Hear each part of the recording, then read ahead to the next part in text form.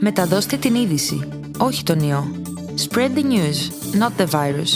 Το Solidarity Now, η ύπατη αρμοστία του ΟΗΕ για τους πρόσφυγες και το pod.gr ενώνουν τις δυνάμεις τους σε podcast για να σε βοηθήσουν.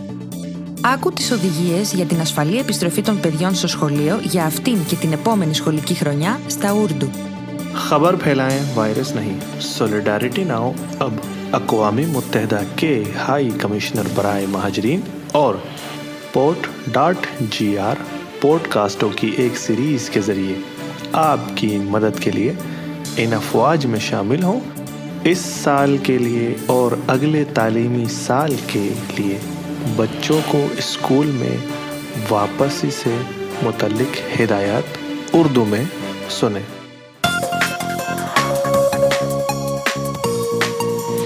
خبر پھیلائیں virus نہیں. نئے کورونا وائرس کی ترسیل کو کم کرنے کی لڑائی میں ہم سب ایک ٹیم ہیں. ہم باخبر رہتے ہیں, احتیاطی تدابیر اختیار کرتے ہیں, ہم محفوظ رہتے ہیں اور اپنے آس پاس والوں کی حفاظت کرتے ہیں. قسط کا عنوان اسکولوں میں واپسی. یونان کی وزارت تعلیم اسکولوں کو آہستہ آہستہ کھول رہی ہے, تاہم اسکولوں کے ماحول میں کووڈ-19 کے پھیلاؤ کو محدود کرنے کے لیے ضروری اقدامات اٹھائے گئے ہیں. اسکولوں کا دوبارہ کھلنا.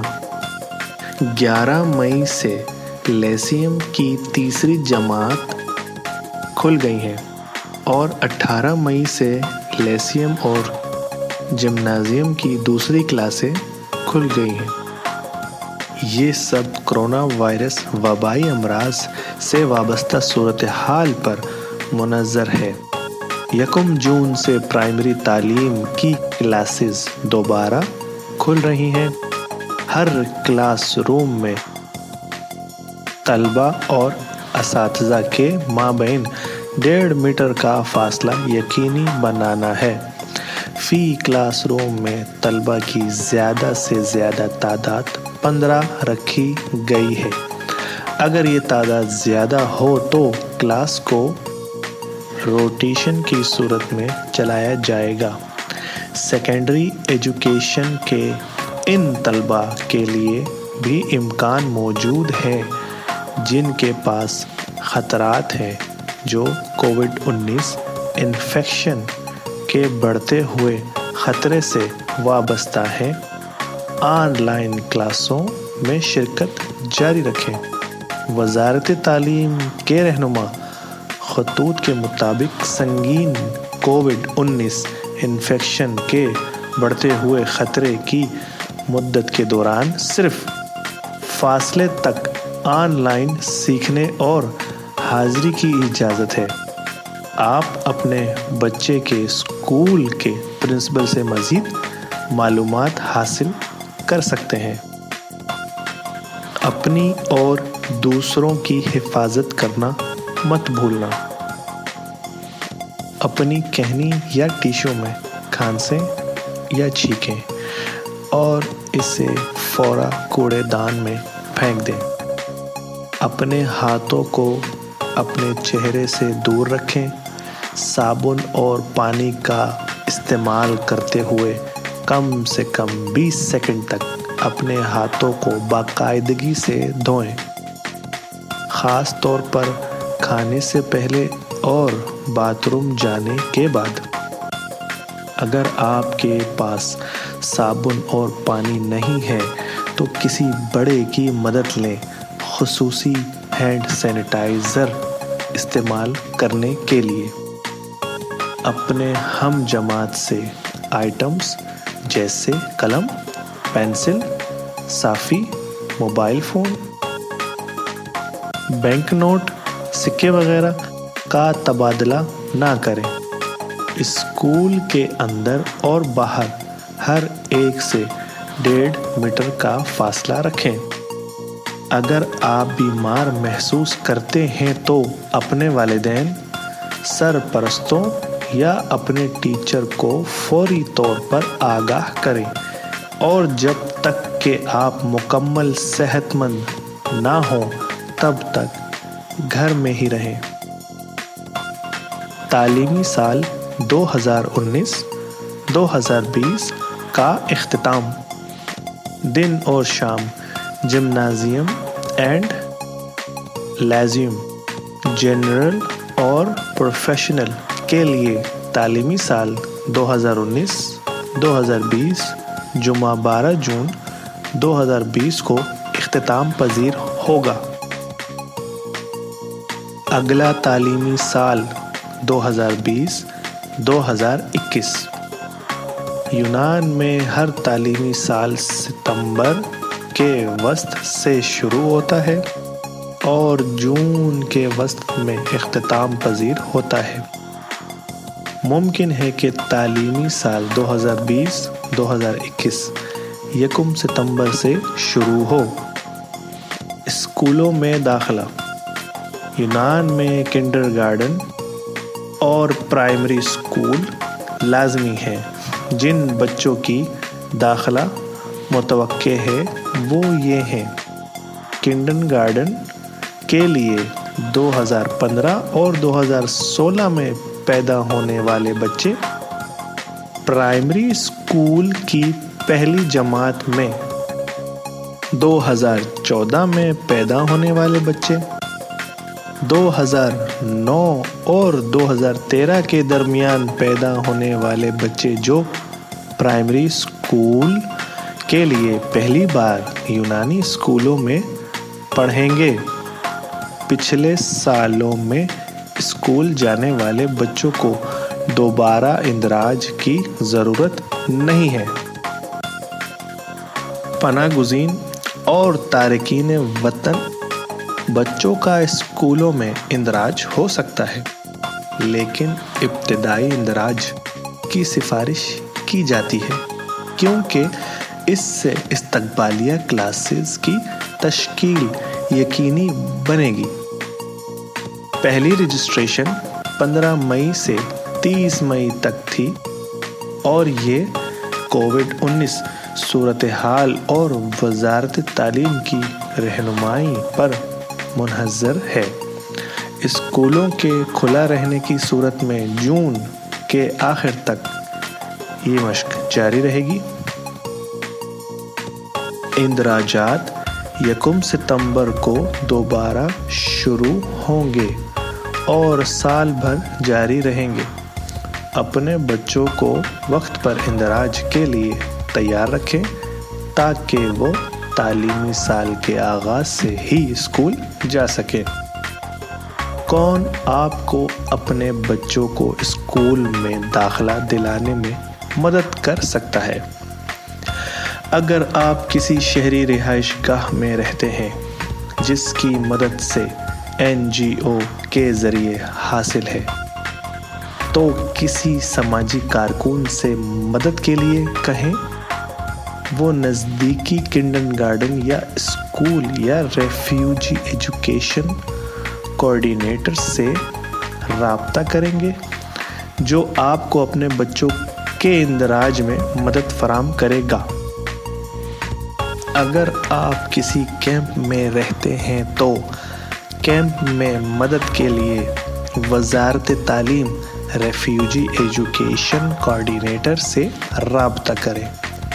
اگر آپ نجی رہائش گاہ میں رہ رہے ہیں تو مقامی NGOs کے ذریعے مدد کی درخواست کریں یا ڈائریکٹوریٹ فار پرائمری ایجوکیشن یا اپنے مقام پر کام کرنے والے کمیونٹی سینٹر سے بات کریں۔ کیا بچوں کو کسی جگہ کی ضمانت دی گئی ہے؟ پرائمری اسکول میں تمام بچوں کی ایک جگہ کی ضمانت ہے اور 2015 میں پیدا ہونے والے تمام بچوں کے کنڈر گارڈن میں جگہ ہوگی۔ 2016 میں پیدا ہونے والے تمام بچوں کو کنڈر گارڈن میں جگہ کی ضمانت نہیں دی جاتی، جس کا انحصار یونان میں جگہ کی کمی کی وجہ سے یونان میں رہائش پذیر بلدیہ پر ہے۔ یہ مسئلہ یونانی خاندانوں کو بھی متاثر کرتا ہے۔ کنڈرگارٹن کے لازمی اوقات صبح 8 سے دوپہر 1 ہیں۔ آپریٹنگ اوقات کے ساتھ ساتھ کنڈرگارٹن پروگراموں سے بھی بچے فائدہ اٹھا سکتے ہیں۔ اندراج کے عمل کے دوران آپ تفصیلات طلب کر سکتے ہیں۔ پرائمری اسکول کے لازمی اوقات صبح 8 سے دوپہر 1:15 ہیں۔ بچوں کو توسیع شدہ اوقات کار کے ساتھ پرائمری پروگراموں سے فائدہ ہو سکتا ہے۔ سارا دن اسکول کا پروگرام 3 بجے سے 4 بجے تک اور ابتدائی آمد پروگرام 7 بجے سے 8 بجے تک۔ اندراج کے عمل کے دوران آپ تفصیلات طلب کر سکتے ہیں۔ میں اپنے بچے کا اندراج کیسے کر سکتا ہوں؟ اپنے قریب ترین کنڈرگارٹن یا پرائمری اسکول دیکھیں۔ اگر آپ اکیلے اسکول جا رہے ہیں اور آپ انگریزی نہیں بولتے تو آپ ایک خط یونانی، انگریزی، عربی، فارسی اور اردو میں دکھا سکتے ہیں، جس میں اسکول سے آپ کی مدد کرنے کو کہا گیا ہے۔ یہ خط UNHCR مدد ویب سائٹ پر ڈاؤن لوڈ کے لیے دستیاب ہے۔ ویب سائٹ کا پتہ http://help.unhcr.org گریس ہے۔ ایک بار جب آپ ویب سائٹ میں داخل ہو جائیں تو پھر تعلیم تک رسائی کا انتخاب کر لیں۔ اس خط کا عنوان والدین کے لیے خط ہوگا۔ یہ بھی یقینی بنائیں کہ آپ اپنی درخواست کا نمبر یونانی زبان میں پروٹوکول حاصل کریں۔ کن دستاویزات کی ضرورت ہے؟ جب آپ کنڈرگارٹن یا اسکول جاتے ہیں تو اپنے بچوں کو اندراج کروائیں۔ آپ کے بچے کی پناہ گزین سے پہلے اندراج یا مکمل رجسٹریشن کارڈ یا رہائشی اجازت نامہ کی اسکول ایک کاپی بنائے گا۔ پتے کے ثبوت کے طور پر کوئی دستیاب دستاویزات جیسے لیز کا معاہدہ، NGO کا سرٹیفکیٹ جو آپ کی میزبانی کرتا ہے، آپ کے نام پر بجلی کا بل وغیرہ۔ ویکسینیشن کا ثبوت اگر آپ کے بچوں کو قطرے نہیں دیے گئے ہیں تو براہ کرم کسی NGO سے کسی طبی ادارے، اداکار یا ایک سماجی کارکن سے اپنے بچے کو حفاظتی ٹیکوں تک رسائی میں مدد فراہم کریں۔ اندراج کے دوران آپ کو ڈاکٹر کے ذریعے ہیلتھ سرٹیفکیٹ فارم بھرا جائے گا۔ یہاں تک کہ اگر آپ سے دستاویزات غائب ہیں تو پرنسپل کو لازمی طور پر آپ کی درخواست قبول کرنی چاہیے اور آپ بعد میں گمشدہ دستاویزات لا سکتے ہیں۔ اس سال بچوں کو الیکٹرانک طور پر کنڈرگارٹن میں اندراج کیا جا سکتا ہے، جس کی ویب سائٹ https://proti-service.gov.gr۔ اگر آپ یہ اختیار منتخب کرتے ہیں تو آپ کو ٹیکسز نیٹ پاس ورڈ، آپ کے موبائل فون کا نمبر اور پتے کے ثبوت کی ضرورت ہوگی۔ یہاں تک کہ اگر آپ الیکٹرانک اندراج کا استعمال کرتے ہیں تو آپ کو اسکولوں کا دورہ کرنا ہوگا اور مذکورہ دستاویزات پیش کرنے کی ضرورت ہوگی۔ سیاسی پناہ گزین کے کارڈ یا رہائشی اجازت نامہ، ایڈریس کا ثبوت اور ویکسینیشن کا ثبوت۔ کووڈ-19 پر حکومتی اعلانات کے بارے میں مزید تازہ کاریوں کے لیے دیکھتے رہیں۔ ہم خوف کو فتح نہیں ہونے دیں گے۔ محفوظ رہیں۔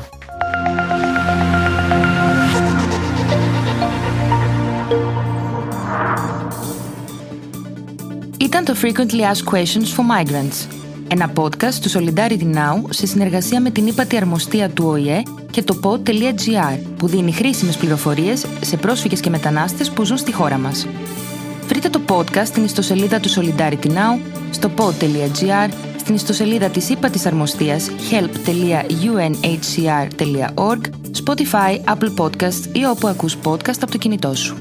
یہ تارکین وطن کے لیے اکثر پوچھے جانے والے سوالات تھے۔ ایک پوڈ کاسٹ سولیدارٹی ناؤ کے اشتراک سے UNHCR اور pod.gr جو یونان میں مقیم مہاجرین اور تارکین وطن کو مفید معلومات فراہم کرتا ہے۔